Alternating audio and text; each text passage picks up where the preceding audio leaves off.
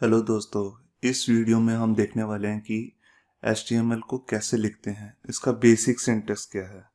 इसको सीखने के बाद ही आप अपनी HTML का पेज बना सकते हैं। इसको शुरू करते हैं। इसका बेसिक सिंटैक्स के लिए आपको पता होना चाहिए कि जो इसकी सारी कोडिंग होती है वो होती है टैग्स में, और टैग की निशानी क्या होती है, वो होता है ग्रेटर देन और लेस देन का साइन। इसी को हम यहाँ पर HTML में टैग कहते हैं। अब टैग को लिखते कैसे हैं? ग्रेटर देन और लेस देन के साइन के बीच में आपका टैग का नेम आता है, जो हम अपनी आगे आने वाली वीडियोस में देखेंगे भी कि टैग्स, अलग अलग टैग्स कौन कौन से हैं। हर काम करने के लिए एक अलग टैग है। जैसे हेडिंग देनी है तो उसका टैग अलग है, पैराग्राफ देना उसका टैग अलग है, हर चीज़ का वीडियो लगानी है उसका टैग अलग है, इमेज लगानी है उसका टैग अलग है। तो टैग देते हैं और टैग के बाद यहाँ पर जो भी हम उसमें काम करना चाहते हैं वो करेंगे और फिर टैग को क्लोज करेंगे। टैग को क्लोज करने की यहाँ पर निशानी आप देख रहे हैं कि इसमें एक ब्लैक टैग के नाम से पहले एक बैक स्लैश है। बैक स्लैश लगाने का मतलब है कि ये टैग क्लोज हो गया, और जो भी टैग शुरू होगा वो टैग बंद जरूर होगा। यहाँ पे ये बात आपको ध्यान में देनी है। अब यहाँ पर हम अपने एक्चुअल जो HTML के अंदर कोड करना है उसकी बात करते हैं। यहाँ पर आप हमारी स्क्रीन पर देख रहे हैं कि HTML का टैग लिखा हुआ मैंने सबसे पहले उसको स्टार्ट किया है, फिर उसके बीच में गैप है और यहाँ पर नीचे वाली लाइन में उसको बैक स्लैश लगा के हमने क्लोज कर दिया है। HTML का जो भी कोड होगा बस वो इन दो टैग्स के अंदर ही होगा, इससे बाहर कुछ भी नहीं होगा। HTML के अंदर जो सबसे पहला टैग आता है वो है हेड टैग। हेड टैग का क्या काम होता है? हम हेड टैग के अंदर जो भी डालेंगे चीज़, जो भी काम करेंगे वो हमारे को फ्रंट में नहीं दिखेगा।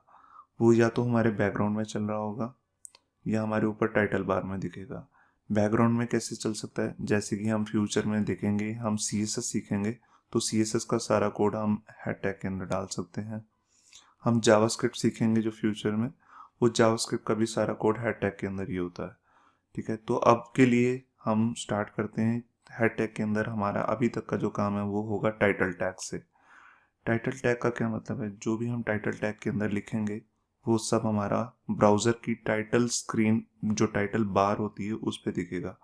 यहाँ पर आप हमारी स्क्रीन पर देख रहे हैं कि हमने एग्जाम्पल का स्क्रीनशॉट दिखाया है यहाँ पर। जैसे कि हमने यहाँ पर लिखा first web page title tag के अंदर, और यहाँ पर वो टाइटल बार के अंदर दिख भी रहा है।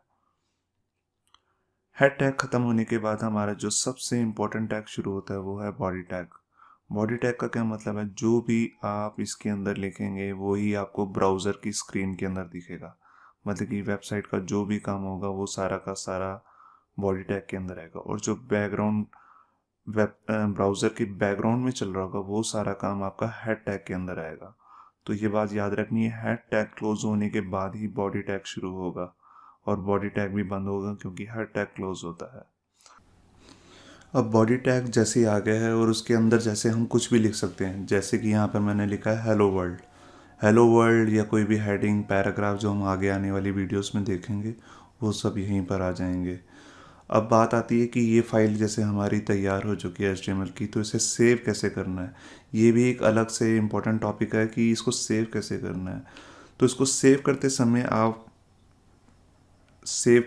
फाइल का एक नाम देंगे, और फाइल का नाम देने के बाद डॉट, और डॉट के बाद जो एक्सटेंशन आएगी वो आएगी HTML।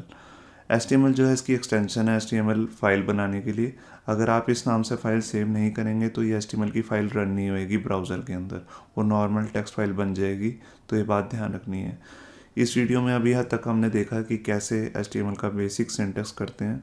अगली वीडियो में हम देखेंगे कि कैसे इसको प्रैक्टिकल, जो यही हमने काम किया है इसको प्रैक्टिकली कैसे करना है। तो देखते रहिए आप हमारी web series. Thank you, good bye.